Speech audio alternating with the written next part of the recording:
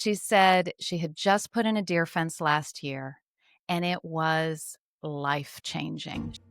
This deer fence topic came about because of my continuing hell with deer here at Old Meadow, and because I know a lot of people have deer problems, but mostly because I was at a conference back in July, and I sat down to dinner with a horticulturist named Sandra Schaller, who gardens at Wave Hill in New York. And she also has her own property that she's had for 20 years.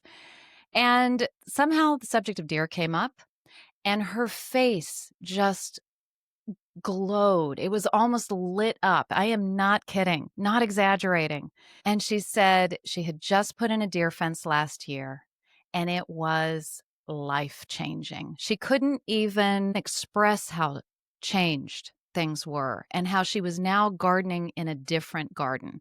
And this is a woman who has been gardening at Wave Hill for 6 years, which is fully fenced. So she sees the difference between what is possible and what is not possible. And what is not possible is pretty much anything in a garden with deer. And so I talked to her about that and came back thinking again one more time about a deer fence, which I had previously put out of my head. And from that, I ended up doing an article for the Wall Street Journal on deer fencing back in September. And got to go dig deep into quotes and materials and design and all sorts of things. Everything changed.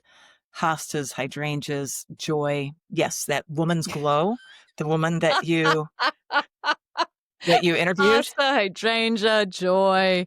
It's all. Yep. It's you get it. You get it. And Yeah. otherwise you're like limited to